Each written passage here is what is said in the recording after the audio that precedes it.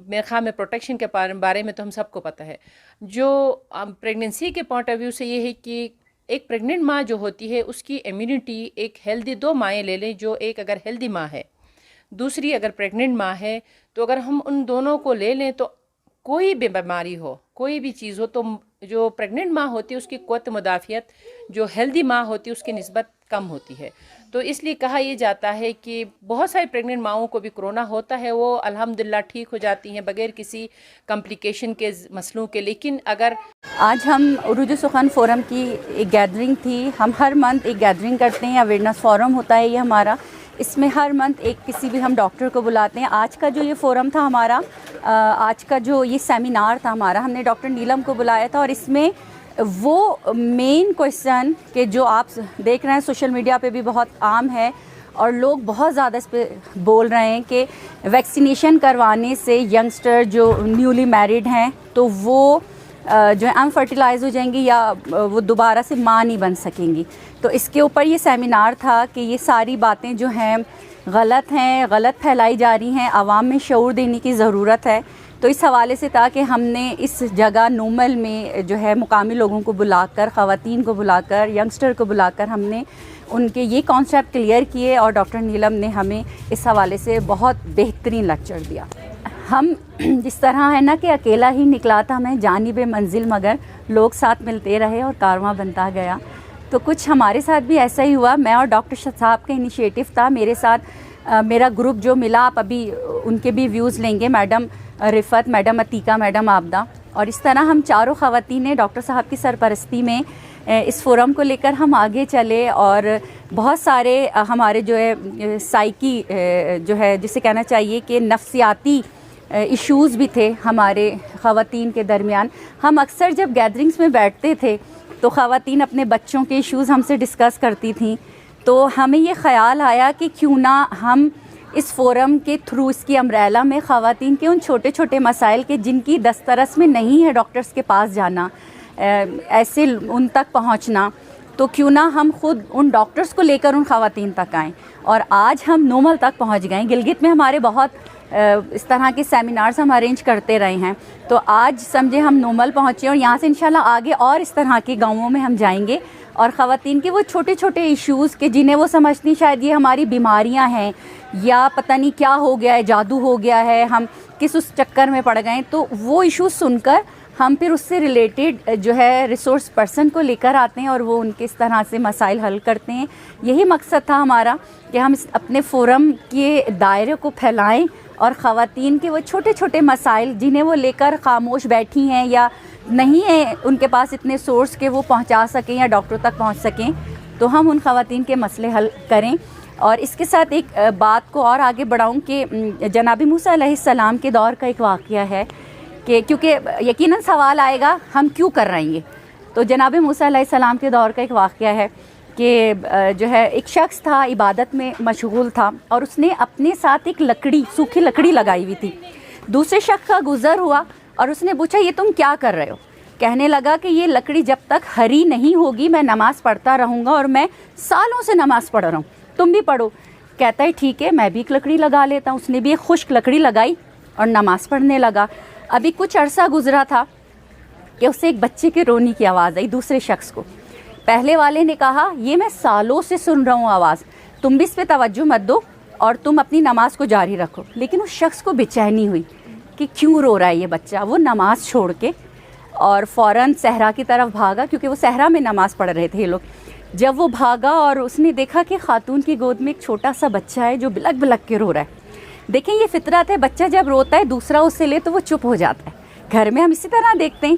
تو اس صاحب نے اس بچے کو اپنی گود میں لیا اور لینے کے بعد اسے چپ کرایا، ماں کو واپس دیا، بچہ چپ ہو گیا، ماں آگے چلی گئی. وہ شخص واپس آیا اپنے مصلے پر اور جب وہ نماز کے لیے کھڑا ہوا تو آگے والے شخص نے کہا ارے تمہاری لکڑی ہری ہو گئی، میں سالوں سے پڑھ رہا ہوں لیکن وہ ہری نہیں ہوئی، تمہاری ہو گئی. لیسن کیا ہے؟ اللہ ہمیں مصلے پر نہیں اپنے بندوں میں ملے گا. جب ہم اس کو معاملات میں ڈھونڈیں گے، لوگوں میں ڈھونڈیں گے تو نماز کے ساتھ ساتھ اللہ ہمیں وہاں بھی مل جائے گا. تو یہی بیسک مقصد ہے ہمارا کہ یہ چیزیں ہمیں بہت زیادہ اطمینان دیتی ہیں جب ہم خواتین کے مسائل سنتے ہیں اور ان تک وہ ریسورس بندہ پہنچا دیتے ہیں جو ان کے مسئلے حل کر دے، تو یقین جانیے بے پناہ خوشی ہوتی ہے. دنیا بہت مختصر ہے، ہم سب نے جانا ہے یہ فانی دنیا ہے، تو اپنے حصے کا ہم نے کام کرنا ہے. ایک دوسرے کا خیال رکھیے اور اپنی ذات سے جو کر سکتے ہیں دوسرے کے لیے وہ کرنا سیکھیے. تھینک یو سو مچ. سب سے پہلے تو میں جو عروج سخن شعبہ خواتین کی طرف سے جو یہ منعقد کیا تھا یہ چھوٹا سا سیمینار، اس کے لیے بہت ہی میں مشکور ہوں ان سب کی کہ بہنوں کو بیٹیوں کے ساتھ بیٹھنے کو موقع ملا. اور نارمل میں میرے خیال میں اس لیے کیا کہ بہت ساری مائیں بہنیں ایسی ہوتی ہیں جو کہ یہ جو خواتین کے صحت کے لحاظ سے، بیٹیوں کی صحت کے لحاظ سے کچھ ایشوز ہوتے ہیں جو میں نے یہ فیل کیا ہے کہ وہ سب گھر میں ڈسکس نہیں کر سکتے ہیں، اور یہ چھوٹے چھوٹے ایشوز ہوتے ہیں جو آپ دل میں تو رکھ لیتے ہیں لیکن ان کے لیے ہاسپٹل جانا اتنا فیزیبل نہیں سمجھتے ہیں. تو اس لیے پھر انہوں نے میرے خیال میں جو ہمارا یہ ہے ان کا جو پلیٹ فارم ہے انہوں نے بہتر محسوس کیا ہوگا.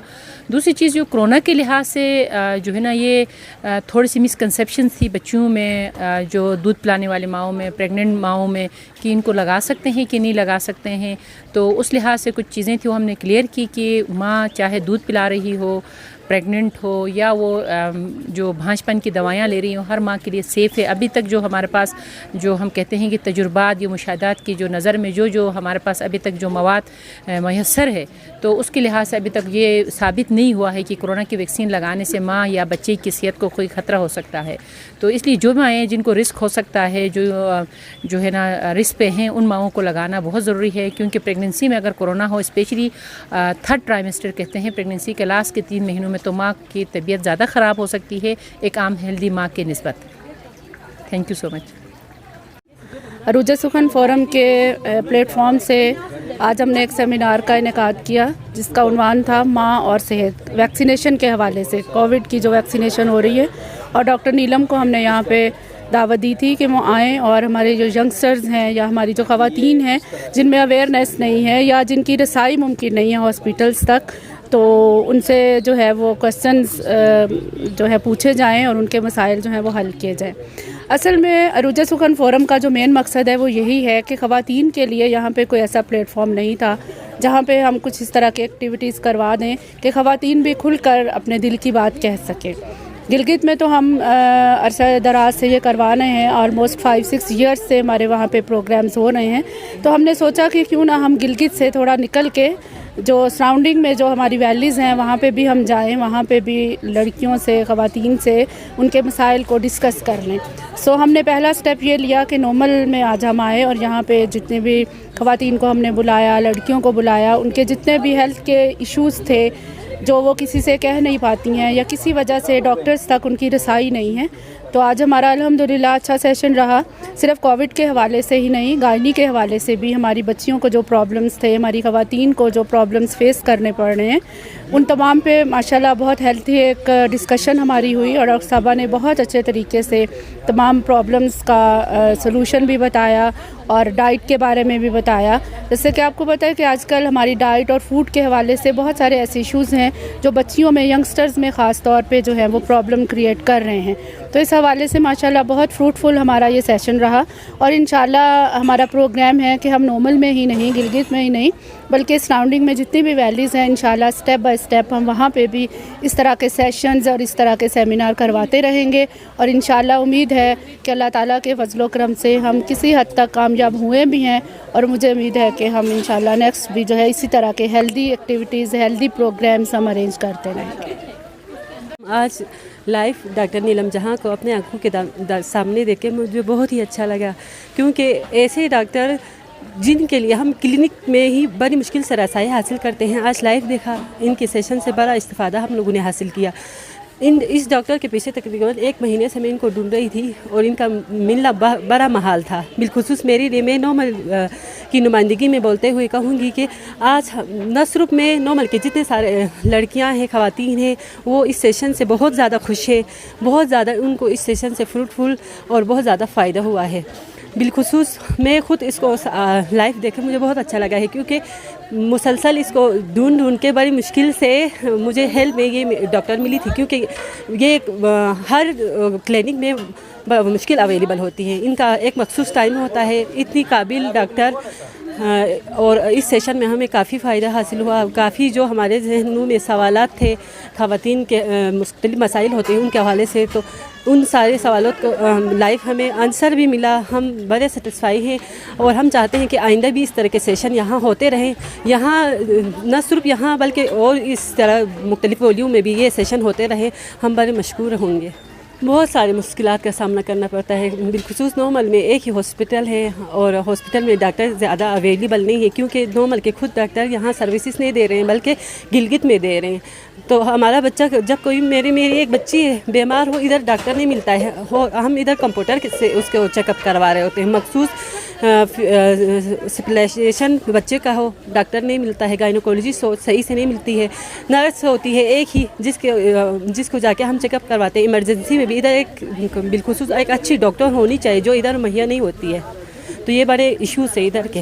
میں سیکنڈ ٹائم یہ پروگرام جو ہے اٹینڈ کر رہی ہوں، مجھے بہت اچھا لگا، خصوصاً نومل میں آ کر اٹینڈ کرنا۔ ہمارے جو ڈاکٹر صاحبہ ہیں فضا انصاری اور ڈاکٹر صاحب مدنی صاحب اس طرح کے پروگرامز ارینج کرتی ہیں، جس کی وجہ سے عورتوں کو کافی ساری اویئرنیس ملتی ہے، اور اس دفعہ جو انہوں نے گائنیکالوجسٹ کو بلایا اس میں ہم نے بہت ساری انفارمیشن ہماری بچیوں نے، ہم مدرس نے ہمیں مطلب ایک طرح سے معلوم ہوا کہ ہمیں اپنی بچیوں کو ہم کیسے مطلب آگے ان کو یہ میسیج کنوے کر سکتے ہیں، تو میں بہت شکر گزار ہوں ان کا کہ انہوں نے ہمیں یہاں مدعو کیا اور ہم نے ان کے اس پروگرام سے استفادہ کیا۔ بہت بہت شکریہ۔